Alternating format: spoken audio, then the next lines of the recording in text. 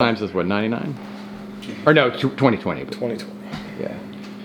All right, Coach, just kind of reflect on Manhattan a little bit and what you thought of your defense's performance.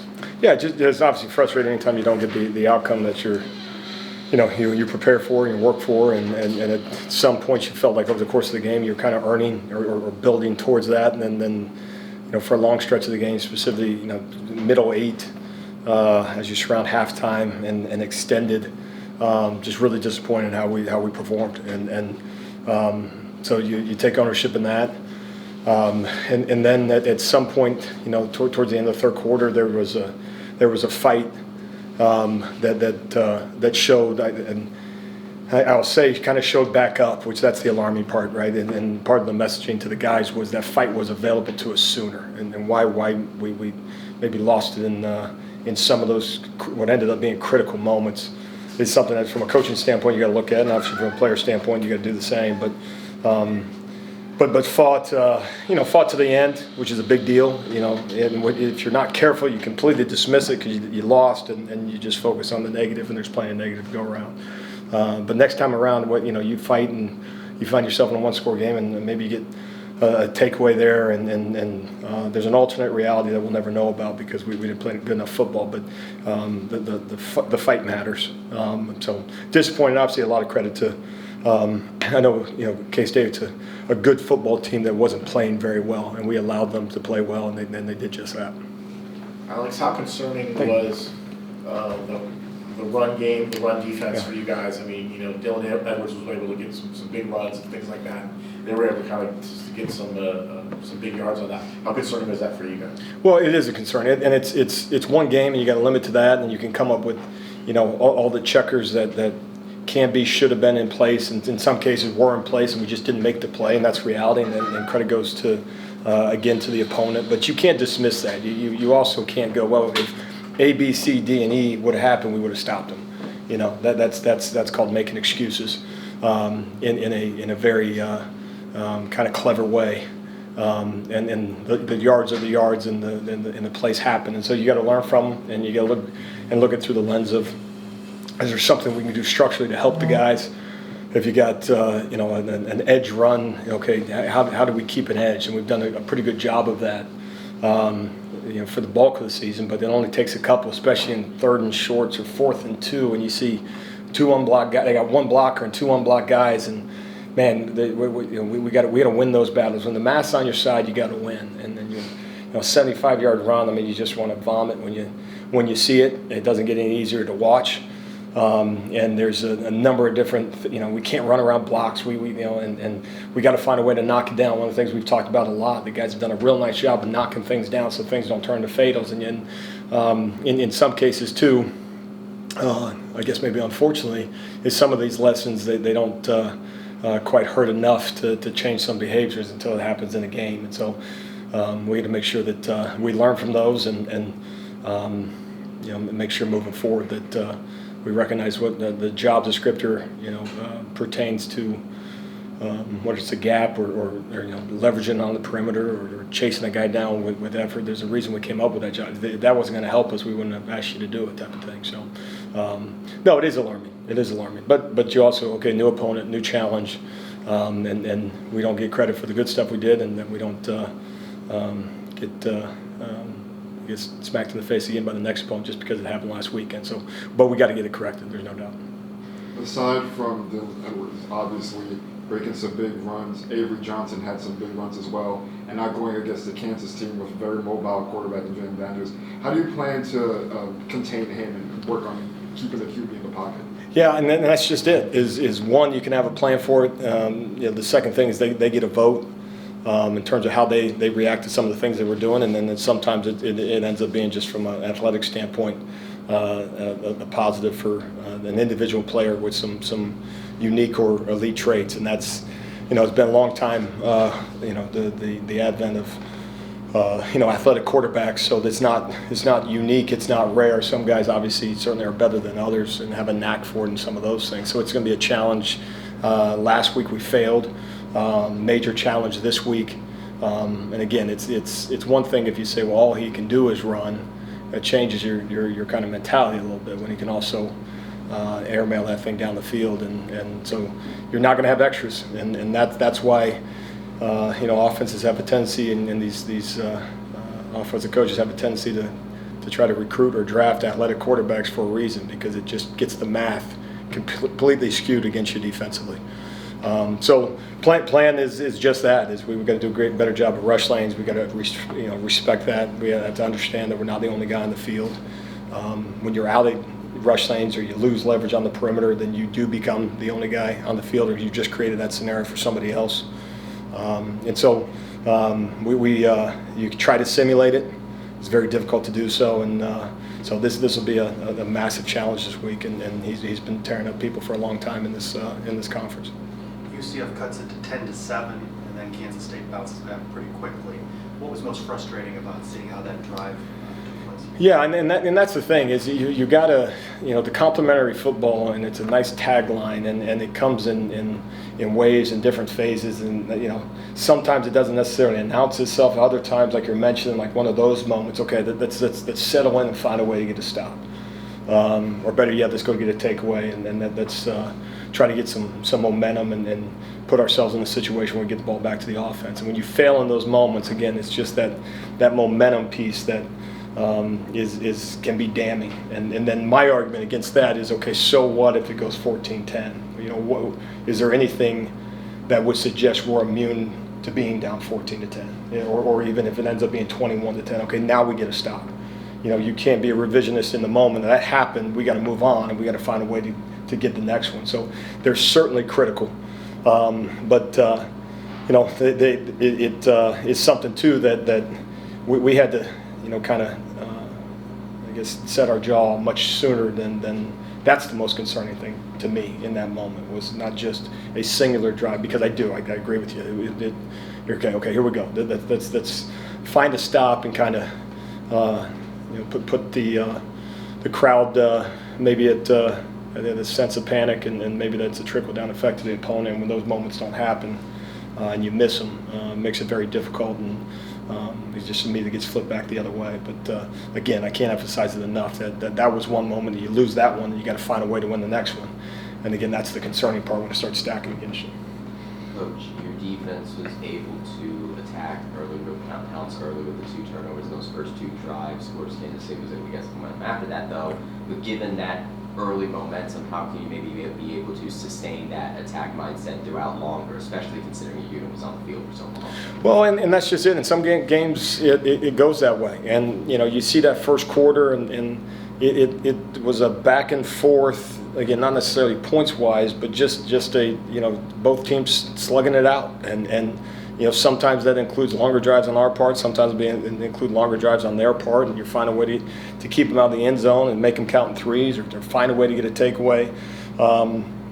And you also got to embrace those moments as part of the expectation. That it's okay to be taking some punches and then delivering yours, and it's okay to be on the drive. Okay, we're back up, let's go. Right? We decided to play football to actually play. It should never. It's one thing from a fan perspective to say, okay, the offense went 3 and out. When you're in the arena, that's you're a defensive football player. If it frustrates you to have to take the field type of thing, then probably didn't sign up for the right sport or position. So you got to embrace that, and it can be frustrating when you feel like you're taking on water maybe a little bit, but that's also the decision that you make in that moment, whether or not that's your mentality or response as it's kind of being almost what ends up being a stalemate after that first quarter. And we just didn't handle that very well. And it's the first time probably that we were in that scenario this year.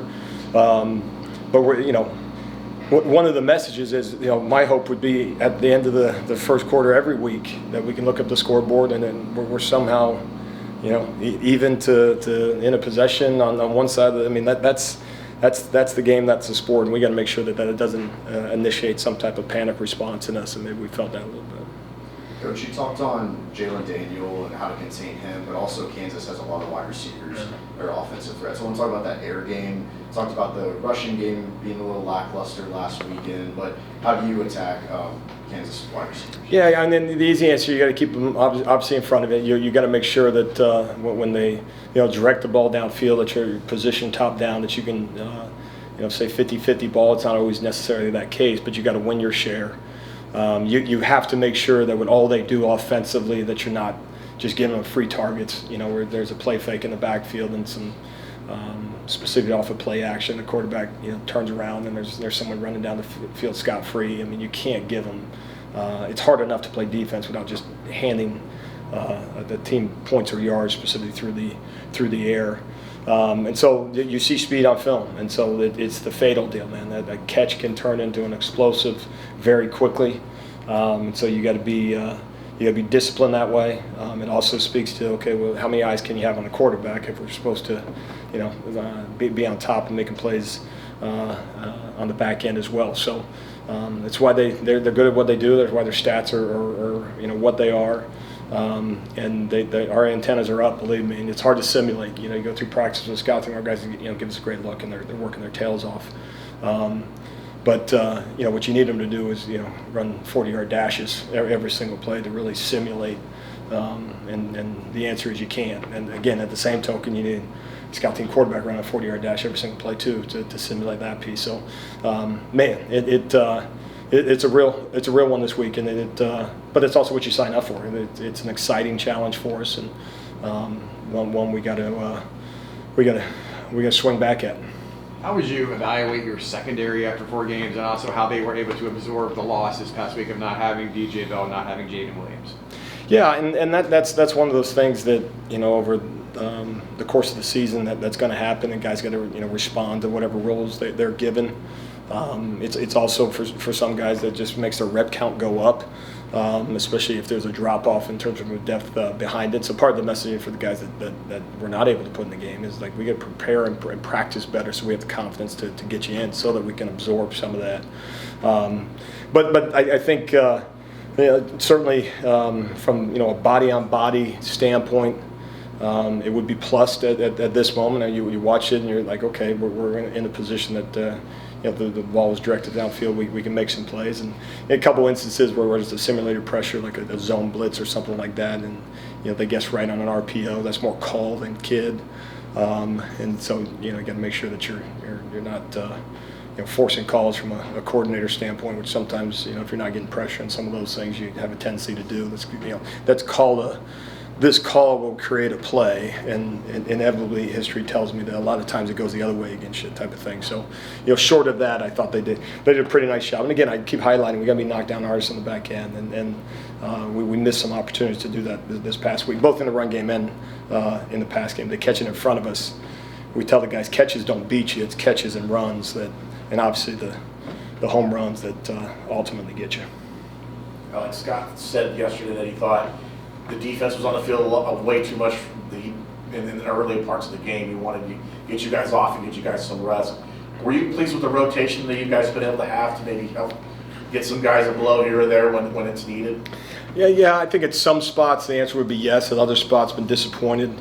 It may be disappointed in us as coaches, not just specific players, but what are we lacking from a coaching standpoint that we don't have the confidence to take a guy out and give him a spell and some of those things. And I'm talking about me, not the other defensive coaches. And then the trickle-down effect is players got to take accountability for that and those things too, is making sure that what they're doing over the course of the work week gives us the confidence that we can put them in the game. And so I think that's something we've got to continue to analyze and sometimes too is the security blanket of certain guys being out there. After the cumulative impact of play after play after play, maybe we're not getting the best version of them because we're allowing them to play too much. Just the reality of it. So that's something we got to constantly analyze. I think also too the messaging defensively, and I appreciate Coach saying that. The messaging to us is we got to get stopped. We're part of that being on the field too long. There's some opportunities in third downs and fourth downs. You go back and look at that thing, like, come on now. Like we got some good opportunities to get stops. And again, credit to the opponent that we didn't, but we gotta own our piece of that too. Coach Frost didn't complain about some of the physicality on the line between possible holds, but he said he gleaned further clarity on what may or may not be called for future games. Does that kind of change the way you guys practice to prepare for that kind of physicality on the line? Yeah, we never talk about holding defensively. I mean, you just can't, and that's the responsibility of the head football coach, and he does that. But from a specific teaching standpoint and everything else is, the more violent you are, the harder it is for somebody to hold you. That's the reality of it. And so we don't, even when the flag gets thrown for holding, we're still coaching the guys as to how we can get off blocks and do some of those things. So we're not in the business of giving the guys the out if someone grabs them type of thing, again, as it pertains to how we coach them. What goes through your mind when you see Taven Jackson come back into the game? Well, you're so in your bubble, and awkwardly so, and I don't say that the doubting coach, literally awkwardly so. I didn't even know he went back in until probably maybe I didn't know how long he was in when I noticed it. So, but no, it's a shot in the arm, and he's played good football for us. I think the guys believe in him, those are things over the course of the season too. That on that same note is, we got to make sure that we're not wrapped up in. Maybe to a fault, I'm not aware of it, but if the guys are too aware of what's going on the inner side of the ball, whether it's personnel or how things are going and stuff like that, again, we can't have a fan reaction as we go through this thing. We got to be thinking about the next series, getting the coaching point from the previous one, and then do the best job we possibly can to let it rip when we get back out there. But certainly I think he's one of those guys it's on the practice field, and there's a talent there, and good to see him out there. It shows a commitment, though, doesn't it? Well, yeah. To the rest of his teammates. Goodness gracious. I mean, it's a message, man. You're going to have some things. You're going to feel certain ways, and there's every reason at certain times. There's every reason to shut it down, whether it's a scoreboard, whether you're banged up, and all those things. The combination thereof, and no one would fault you if you said, today's not my day or something, not even just specific to him, but using him as an example. And that's available to you. And then some guys, just from a competitive standpoint, just they don't know that thought process, and so I think you're absolutely right from a messaging standpoint. Kind of gets me fired up thinking about it. Last one, I'll do. Coach, now that we're on to week 6, what's the biggest difference you've seen in this team since the start? How has this unit evolved now that we're talking to him? Yeah, I think obviously still a work in progress as you're going through it. Unique season with a Thursday game and an early bye week and some of those things. So you're going into you're a quarter away through a third away through the season. You're like, goodness gracious, it's going quick, and that's kind of an eye opener maybe from a coaching standpoint. And so as you evolve, I think part of it is, you don't have the shared experiences until you really get on the field. You try to show them everything you possibly can in every situation that you possibly can over the course of the off season, and that it's just not real until you play games, and that's as scary as it gets from a coaching standpoint. So I think you're seeing a practice today look like a team that's been practicing on a Tuesday for the 5th time, like preparing for an opponent on a Tuesday, as opposed to it didn't look like a spring ball practice, where it just, you get some work in and you get the coach corrects you and everything else. It looked like guys preparing to play an opponent. I mean, that's part of that evolution as you go through a year. And then, at this point, I don't make the claim we've seen everything through the first 4 games and every situation and all of that. But you gotta build through some of these things. We faced some adversity. This was our first Sunday after a loss. Coaches, how do we handle it? Players, how do we handle it? We firing excuses at each other, or we blaming each other, or we're going to respond and then do some of those things. So that's part of it. It's the bad part of it, but it's also required. And 50% of the teams every week are in that position, and so we got to make sure we got maturity about us and learn from it. And you either believe in adversity or you don't. And again, we're finding out if we're going to be that type of group that can battle through it. So we'll continue to go through the work week and fight like all hell on Saturday. Thanks, Coach. All right, thank you all. You going to stay up for the Watch the Reds tonight? Oh, man, It's a late one. 2 or 3? Reds winning in 2 or 3? Exactly. Yeah.